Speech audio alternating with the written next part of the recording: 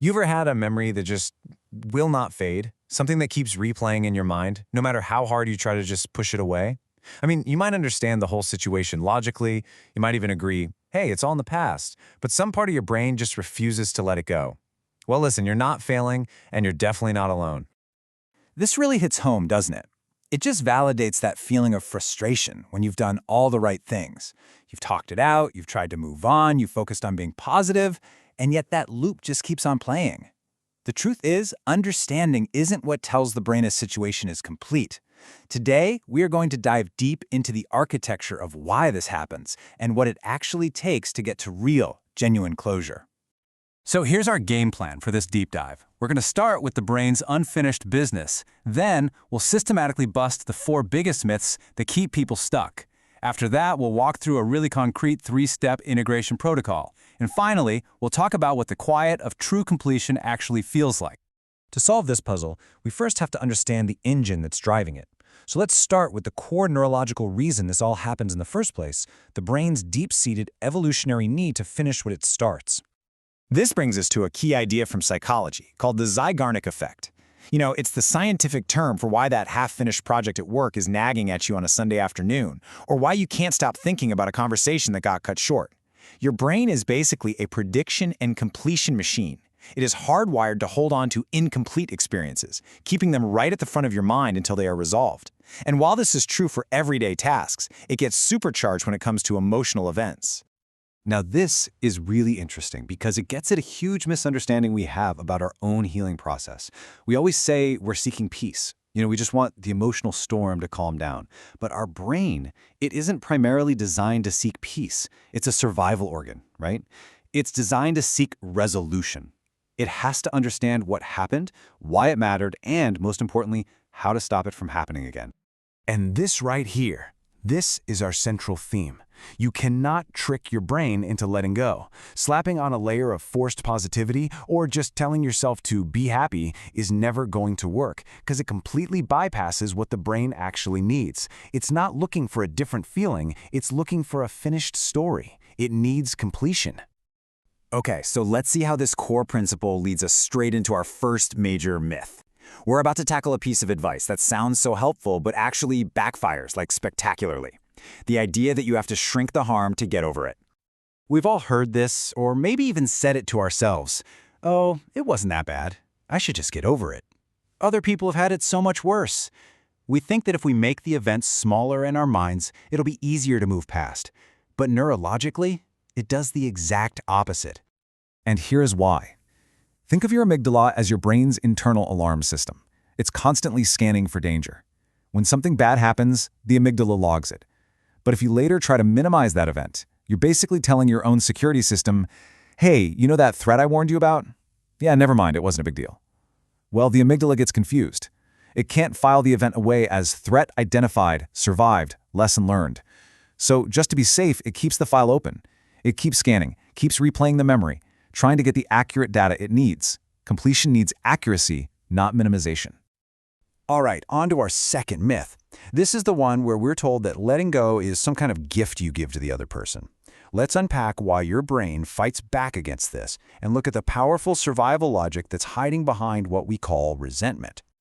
This is one of the most common things people say about forgiveness, right? That it's an act of generosity, that you're freeing the other person.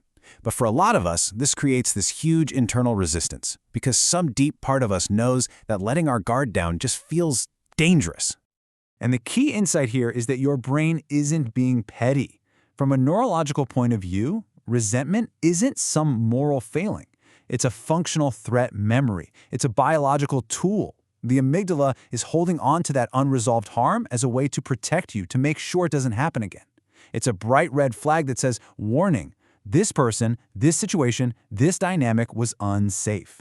So disengagement isn't about being generous to them, it's about successfully signaling to your own brain, this threat is no longer active. We don't need to keep monitoring it. Okay, let's tackle our last 2 myths together. These are all about the relationship between our feelings, our actions, and our connections with other people. This is where we learn that peace is an outcome, not a prerequisite. And this slide just illustrates 2 traps we fall into all the time. First, there's the myth that you have to wait until you feel peaceful to even start processing. That's completely backwards. Your feelings don't lead, they follow. Peace is the downstream effect of doing the work, not the ticket you need to get started. And the second myth is that completion means you have to reconnect. That once you've resolved it inside yourself, you have to restore the relationship. No, that's false and can be really dangerous.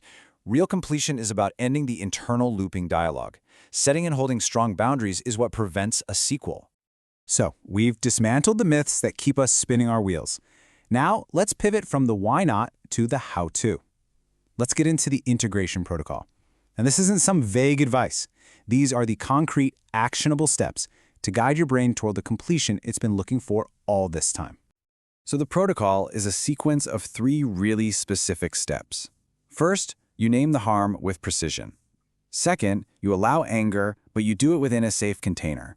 And third, you extract the lesson in a way that creates future safety. Each step builds on the last, so let's break them down one by one. Let's start with step 1, and this is so important. You know, venting often feels like processing, but it's not. Venting is just repetition. It's reliving the story over and over, which can actually make those painful neural pathways even stronger. Processing is about precision. You move beyond the story of what happened to identify the core harm. Just like it says here, it sounds like the harm was the loss of my sense of safety, or the harm was the violation of my trust. You name that core wound just once with total clarity. This sends a signal of accuracy to your brain. Now, I love this next part. Step 2 recognizes that anger isn't something you should suppress, but you also shouldn't just explode with it. Anger is information. The key is to feel it without letting it consume you. So you set a boundary, a container. Give yourself 10 minutes. Get a pen and just write it all out. Don't let it just swirl around in your head. And when that timer goes off, you stop. This practice is incredibly powerful because it teaches your nervous system that an intense emotion can be experienced safely without completely taking over. And this brings us to the final, really transformative step. We have to convert that pain into protection. And to do that, we need to ask a much better question than just, what did I learn? You have to ask this specific, concrete prompt. What safety measure do I need now that I didn't have then? And the answer might be a clearer boundary, or a commitment to trust people more slowly, or maybe a non-negotiable exit rule in relationships. This is what gives your brain the resolution it craves. Once it knows you have a strategy to stay safe in the future, it finally has permission to stop replaying the past. Okay, so we've walked through the myths, we've walked through the protocol. So what's the destination? What does it actually feel like when that loop finally closes? Let's talk about our final section, the quiet of completion. So first, it's really critical to understand what this state is not. Emotional disengagement does not mean you'll forget what happened. It is not amnesia. It does not mean you excuse the behavior or the harm that was caused.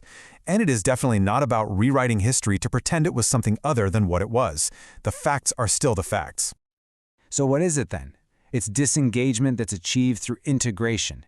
You have successfully processed the event. Your mind has analyzed the threat, it's felt the emotion, and it's extracted the necessary data for your future protection.